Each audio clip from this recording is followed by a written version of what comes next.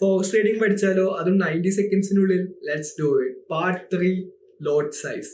എന്താണ് lot size? ലോട്ട് size വെച്ചാൽ ഒരു സ്റ്റാൻഡേർഡ് ക്വാണ്ടിറ്റി ആണ്. നമുക്ക് എല്ലാ ട്രേഡേഴ്സും ഈ ക്വാണ്ടിറ്റി വെച്ചിട്ട് മേടിച്ചു കഴിഞ്ഞാൽ എല്ലാവർക്കും ഒരേ യൂണിറ്റ് തന്നെയാണ് മേടിക്കാൻ പറ്റുക.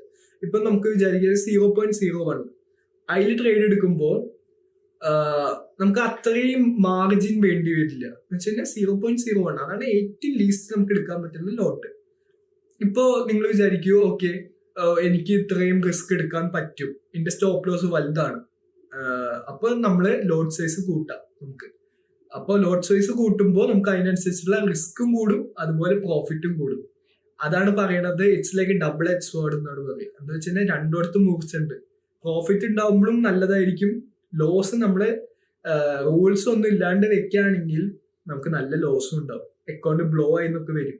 അപ്പൊ എപ്പോഴും ലിവറേജ് മെയിൻറ്റെയിൻ ചെയ്യാം. ലിവറേജ് എന്ന് വെച്ച് കഴിഞ്ഞാൽ അതും കൂടി ഞാൻ പറഞ്ഞില്ല. ലിവറേജ് വെച്ച് കഴിഞ്ഞാൽ ബോറോഡ് ഫണ്ട്സ് ആണ്. നമ്മൾ ബ്രോക്കർ ബോറോ ചെയ്യുന്ന ഫണ്ടാണ്. അപ്പൊ ലിവറേജ് നമ്മളൊരു ബ്രോക്കർ നമ്മുടെ ഏകദേശം എനിക്കിപ്പോ കിട്ടുന്നത് ഏകദേശം അൺലിമിറ്റഡ് ലിവറേജ് ആണ്. എനിക്ക് എത്ര വേണമെങ്കിൽ എടുക്കാം ട്രേഡ്, ചെറിയൊരു എമൗണ്ട് മതി. അപ്പൊ നിങ്ങളുടെ ക്യാപിറ്റൽ കുറവാണ്, നിങ്ങൾക്ക് ട്രേഡ് ചെയ്യണമെങ്കിൽ നിങ്ങൾക്ക് ലിവറേജ് അതിനനുസരിച്ച് കൂട്ടാം. പക്ഷെ നിങ്ങളുടെ ആവശ്യത്തിന് ഒരു ക്യാപിറ്റൽ ഉണ്ട്, നിങ്ങൾക്ക് റിസ്ക് എടുക്കാൻ അത്ര ആവശ്യമില്ല, നിങ്ങൾ ക്ലിക്ക് ചെയ്ത് ഭ്രാന്താവുന്ന ഒരാളാണെങ്കിൽ നിങ്ങൾ ലിവറേജ് പോയിട്ട് ലിമിറ്റ് ചെയ്യുക. ഇപ്പൊ ഞാൻ എക്സിനസ് ആണ് യൂസ് ചെയ്യണത്, എനിക്ക് അൺലിമിറ്റഡ് ലിവറേജ് ഉണ്ട്.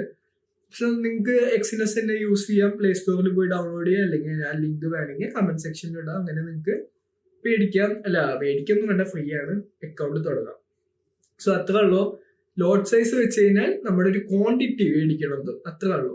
അത് നമ്മൾ അപ്ലൈ ചെയ്യേണ്ട രീതിയാണ് വ്യത്യാസം വരുന്നത്. എന്ന് വെച്ചാൽ സ്റ്റോപ്പ് ലോസ് ഇടുമ്പോഴും ടേക്ക് പ്രോഫിറ്റ് നമുക്ക് എത്ര വേണം, എത്ര നമുക്ക് റിസ്ക് ചെയ്യാൻ പറ്റും, എത്ര നമുക്ക് പൊസിഷൻ സൈസ് ചെയ്യാൻ പറ്റും, അങ്ങനെയൊക്കെയാണ് ഈ ലോട്ട് സൈസിന്റെ സംഭവം. ഇപ്പൊ ഞാൻ പറയുകയാണെങ്കിൽ നമ്മളെ അക്കൗണ്ടിന്റെ ഒരു 1% ഒക്കെയാണ് ആൾക്കാർ പറയുക റിസ്ക് ചെയ്യാൻ. ഇപ്പൊ $10 അക്കൗണ്ട് ആണെങ്കിൽ നിങ്ങൾക്ക് അത് വളരെ ചെറുതാണ്. ഇപ്പൊ $100 അക്കൗണ്ട് ആണെങ്കിൽ അതിന് 1% വെച്ച് കഴിഞ്ഞാൽ $1 ആണ്.